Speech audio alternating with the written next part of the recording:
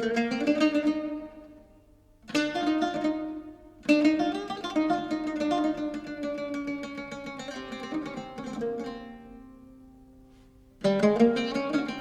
the single architect on the panel, I had a lot of options as to what I could cover in terms of the construction and the devastation and the rebuilding process, et cetera, should the dam break and the wave move down through various cities.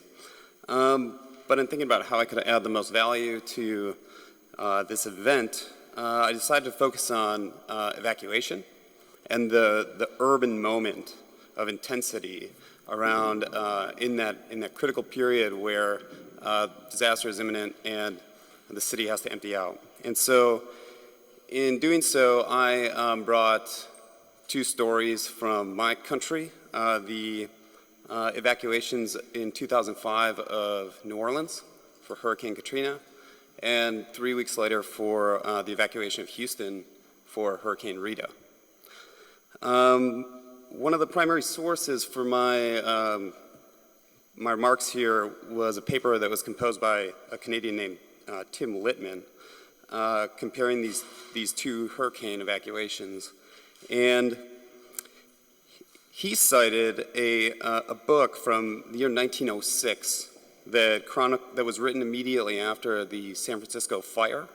There was an earthquake that destroyed the city of San Francisco, set it on fire, and he cites there was general panic and disorder, uncontrolled fires, reports of lawlessness that justified martial law, police and soldiers were instructed to shoot looters on sight, leading to accusations of brutality, severe thirst, although fresh water was nearby, overwhelmed medical services, homelessness and lack of shelter, hunger and fear of starvation, overwhelmed transportation services, failing communication systems, and reports of racism and excessive suffering by poor people, which all were very familiar to us at the moment of Hurricane Katrina. So it would seem that U.S. society's ability to respond to major disasters improved very little in the course of the 20th century. So for Hurricane Katrina, of course, the storm made landfall in August of 2005. The storm surge topped at 9 meters. The levees that surround the city of New Orleans broke in 50 places, leading to 1,400 deaths, 400,000 displaced, and nearly 80% of the city flooded.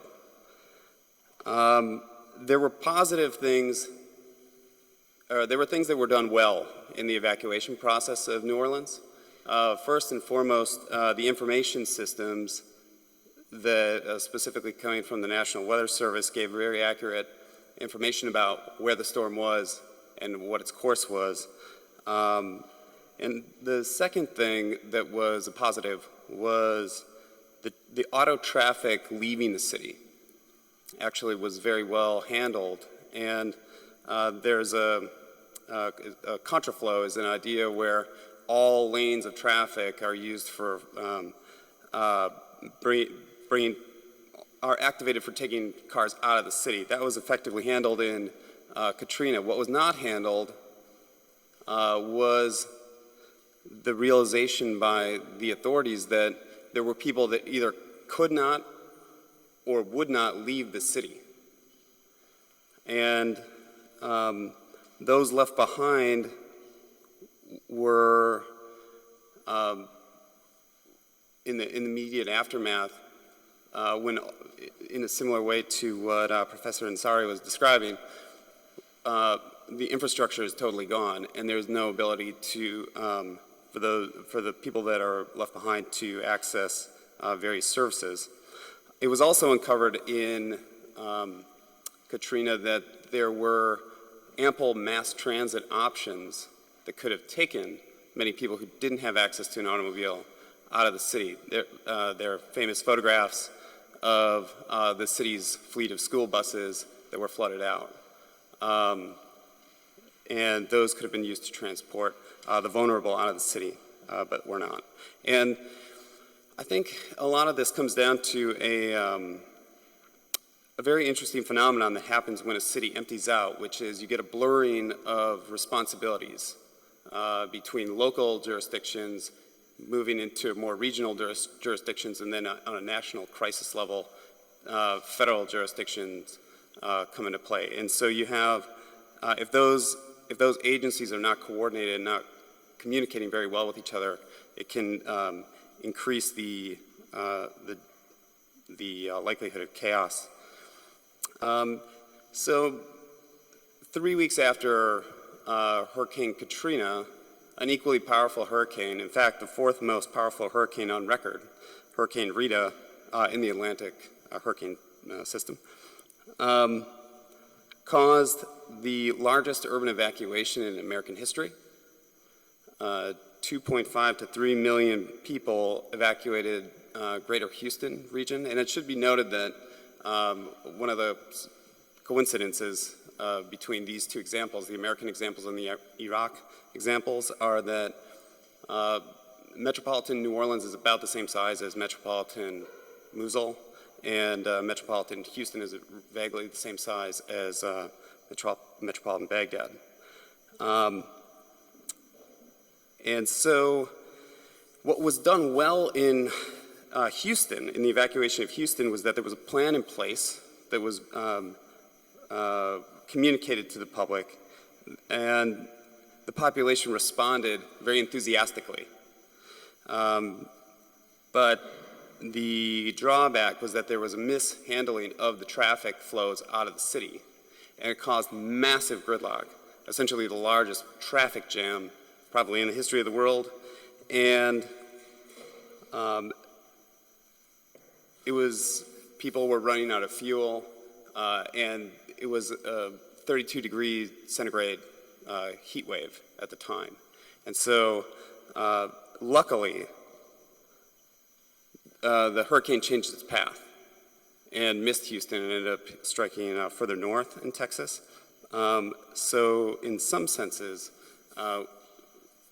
we dodged a bullet, but it nevertheless yielded many important lessons.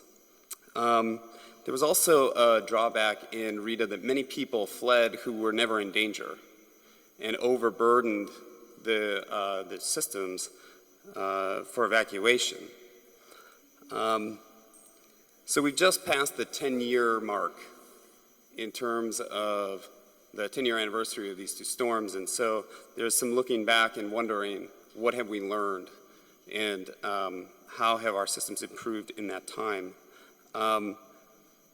There's general recognition that that the responsibility really falls in two places. There's the responsibility that falls on the government to craft plans and make sure those plans are well communicated to the people, and then there is a responsibility to the citizenry to act as responsibly as one could hope in a situation of immediate danger. 3 years after Hurricane Rita, another hurricane directly hit Houston. I was actually living in Houston at the time.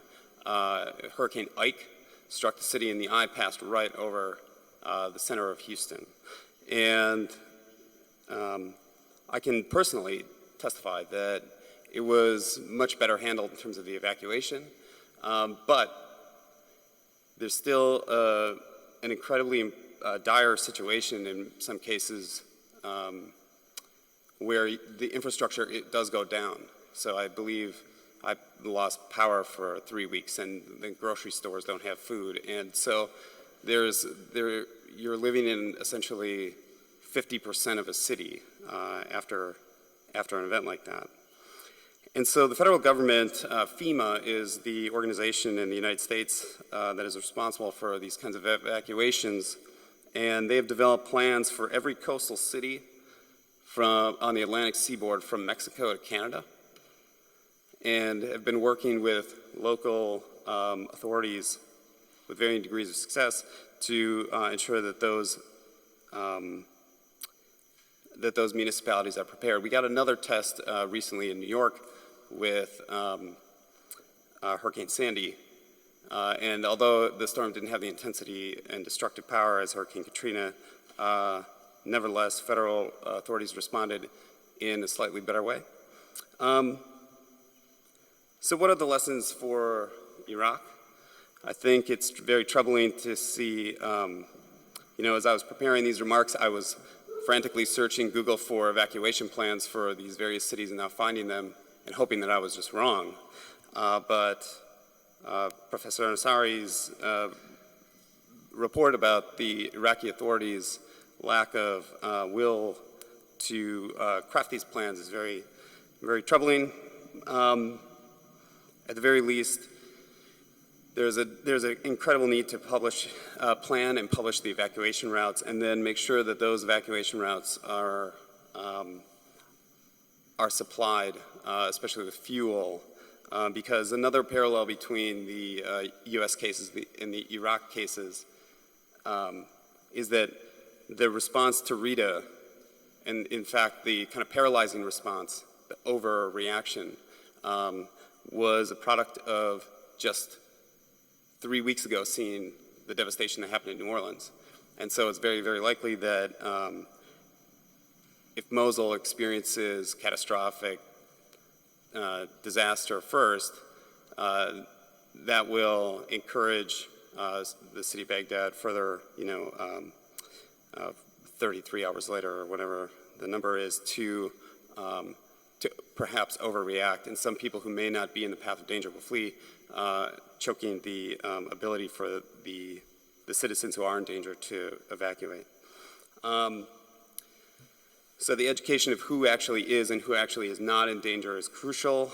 The positive is that the distances in some cases are shorter to get to safety. And absolutely it's critical that there's a plan in place for the survivors and what to do about the people who will return after the flood wave has gone to a city that's totally destroyed and without infrastructure, which is something that we could work on immediately. And in the cases, it is important to underscore the idea that in the U.S. situation, the situation with Hurricane Rita could have been much worse if the hurricane would have actually hit the city or hit the area with all of the cars basically deadlocked down the road. The wave will not miss Baghdad. And if there's deadlock in Baghdad, it only takes 1 meter of water to move a car. So that's where I'll conclude my remarks.